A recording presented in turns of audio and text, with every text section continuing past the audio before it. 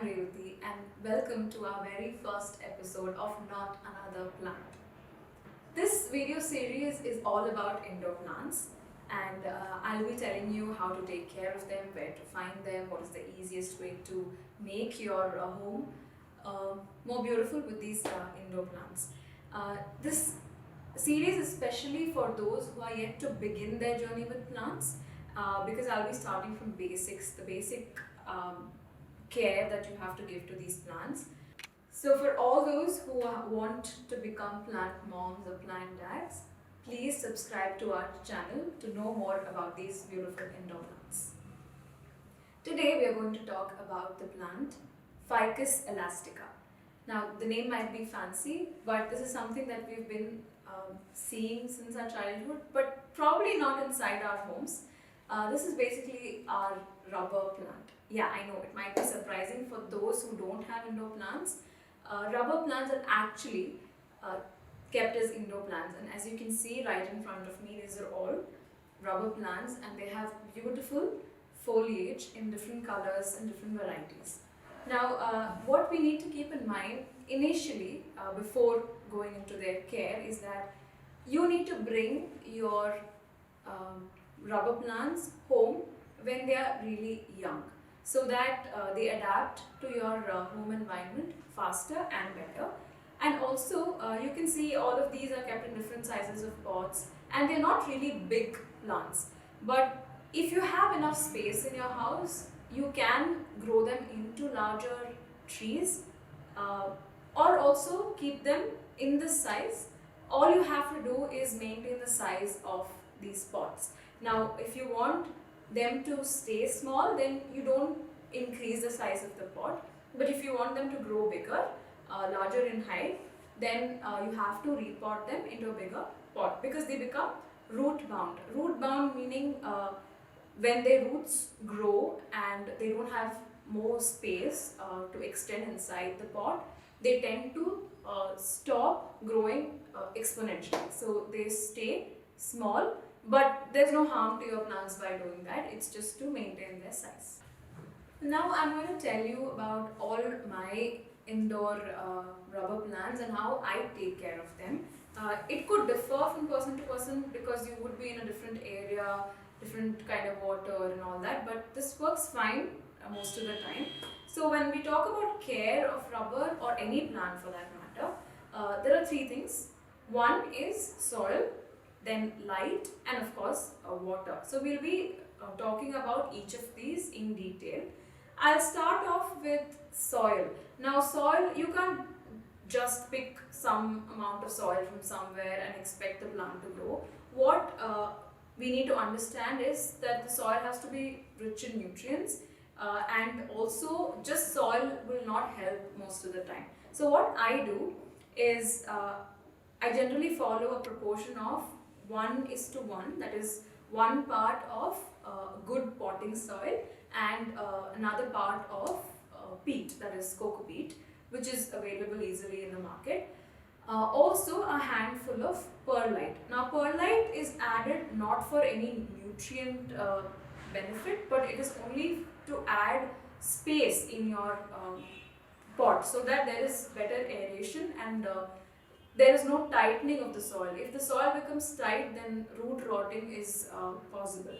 So the soil has to be aerated, well drained. You don't want water to be floating on the top or so these rubber plants don't like to sit in very watery soil or extremely damp soil. It has to be well drained. So you have to make sure that the pots have good drainage so that whenever you water the plant, it's going to seep through the bottom and only a sufficient amount of water is withheld in the pot. So this is what has to be kept in mind when you are choosing or preparing your pot for the rubber plants. Also, whenever you bring a new plant home, do not immediately repot it. It's not advisable. Like I said initially, when you bring a plant home, it has to adapt to your environment. So until that happens, maybe a couple of months will be fine. Especially if you're bringing it home in a large pot, it can stay in it for a longer time as long as you're fertilizing the soil time and about so that in the same pot it can grow for a longer time. Next care tip that I'm going to tell you is about light. We spoke about soil, now we're going to talk about light. Light is of course very important for every plant. In case of rubber, it requires very bright light. But when I say bright light, doesn't mean it needs direct sunlight. It has to be kept in a place where there is enough light, but it should be probably coming through a window or a glass door. That will be better. Or if your balcony does not have harsh light coming in it, even the balcony is a good place.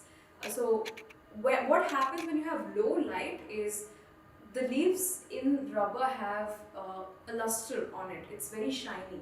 Now that shine is lost when it is exposed to very bright light. Also the leaves from the lower part of the plant, like the leaf here, they start to wither, they fall off. So that's an indication that it is exposed to too much bright light.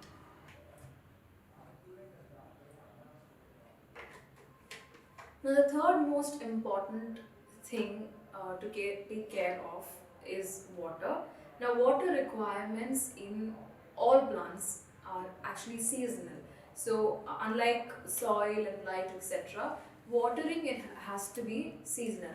And can you pour this drinking water to the plants? No, not really. What we need to do is we have to collect water from your tap, and if it is warmer or cooler than the room temperature, bring it to room temperature and then pour it into the pot. Because purified water is not advisable because most of its minerals are taken away, and those minerals of course not suitable for us, but some of them are suitable for plants, so tap water is the best suited. Now watering is not enough only in the pot level. Now when we talk about watering, it's not enough that we pour water in the pot, however frequently we are doing it. It's also important to mist these plants frequently. Now when I say mist, it's because in nature these plants grow in moist areas, or rather humid areas. So to compensate for that, we have to make sure that we either use a humidifier, it's available in the market, but if you don't want to spend on a humidifier, you can just use a spray bottle like this and spray on the leaves. And this is very important to be done on a regular basis. Apart from this, to keep your plants clean and also for them to breathe better, we have to wipe the surface of the leaf and below it. Now why? Because we know that leaves are important for photosynthesis, and to keep their surfaces clean is also important. Especially if your plant is kept in a balcony or outside, dust will get collected on it, and the process of photosynthesis can be hindered. So make sure you wipe off both the top and the bottom surfaces of the leaf. So now that I have shared with you how I take care of these rubber plants, there are also some additional things that you need to take care of.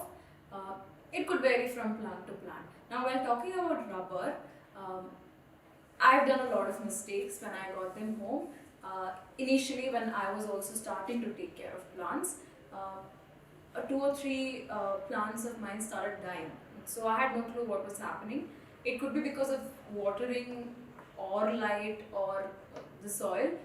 Now that I learned from my mistakes, that don't happen, but what I did when I saw them dying is that I snipped the tip of the plant. I know it sounds a little hurtful, but even I didn't know back then if it's going to work or not. But actually the tip started showing new plant growth. Now that was something that gave me a lot of happiness because I thought the plant was going to die, but it didn't. Now what happens here is this process of cutting the tip of the plant is called pruning. Now pruning is very important for a lot of plants, not just rubber, but it works wonderfully for rubber.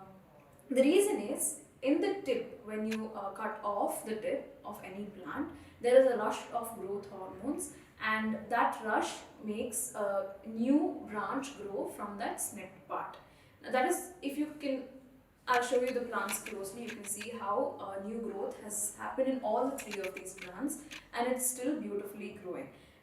It's not only because the plant was dying, but also these rubber plants have a tendency to grow vertically. Now, unless if you've seen rubber plants outside in these estates, you'll see that they're really tall trees. But inside the house, we want some aesthetics, so we wanted to have side branches also. For which, again, pruning is the best thing to do. When you prune, you will get side branches, and as they grow, the vertical growth will become slightly horizontal as well. I know that if you are starting to like taking care of plants and you have a lot of plants at home already, snipping the tip of it seems a little scary, right? But you don't have to be scared. I can assure you that as long as you take care of the soil, light and water, it will definitely give you a wonderful branch and also a healthier plant eventually. I hope you have enjoyed today's episode, and whatever points I have told you about the rubber plant or plants in general will definitely help you when you go outside to a nursery to buy a plant for yourself. Whenever you go looking for plants, especially indoor plants, understand that indoor plant or outdoor plant are just names. Now all these plants are also capable of growing outside very well. They are suited inside the house also because they generally grow while they are in the wild. They grow under the shade of a bigger tree or a bigger plant. Now that's the reason why they are also growing very well inside the house. So indoor plants are not just meant to be grown inside the house. It's just that the kind of environment they had in the wild is recreated inside the house, and therefore now they are called as indoor plants. So I hope you've enjoyed our first episode and have subscribed to our channel. I'll see you in the very next episode of Not Another Plant. Bye!